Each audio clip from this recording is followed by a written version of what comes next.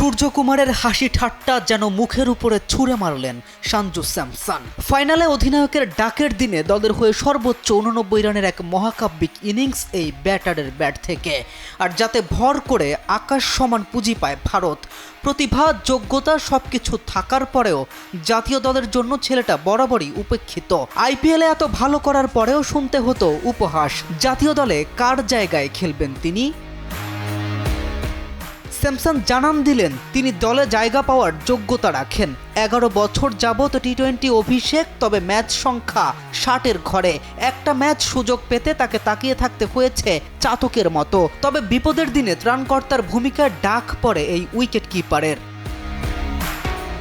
Super 8-এ বাঁচা মরার লড়াইয়ে একদিক থেকে যখন উইকেট হারাচ্ছিল ভারত, তখন স্যামসনের ব্যাটে ঐতিহাসিক 97 রানের ইনিংসে ভর করে সুপার 4 বা সেমিফাইনাল নিশ্চিত করে ভারত। সেমিফাইনালেও অবিশ্বাস্য সফল এই ব্যাটার ইংল্যান্ডের বিপক্ষেও খেলেন 89 রানের এক ইনিংস। সেঞ্চুরি হবে বলেও আর হয়ে ওঠা হয় না, তবে যে ইনিংস দলকে জেতায় তা নিঃসন্দেহে শতক না পাওয়ার দুঃখ ভোলায়। সবশেষে ফাইনাল ম্যাচেও খেলেন 89 রানের এক মহাকাব্যিক ইনিংস, যাতে ভর করেই রানের পাহাড় গড়ে ভারত ঘরে তোলে বিশ্বকাপ। উপেক্ষিত মানুষটাই যখন বিপদের ত্রাণকর্তা, কথায় নয় ব্যাট যখন জবাব দিতে উন্মুখ, তখন কথার কি দরকার। স্যামসন প্রমাণ করলেন তিনি কারোর রিপ্লেস হিসেবে নয়, যোগ্যতায় দলে থাকার উপযুক্ত।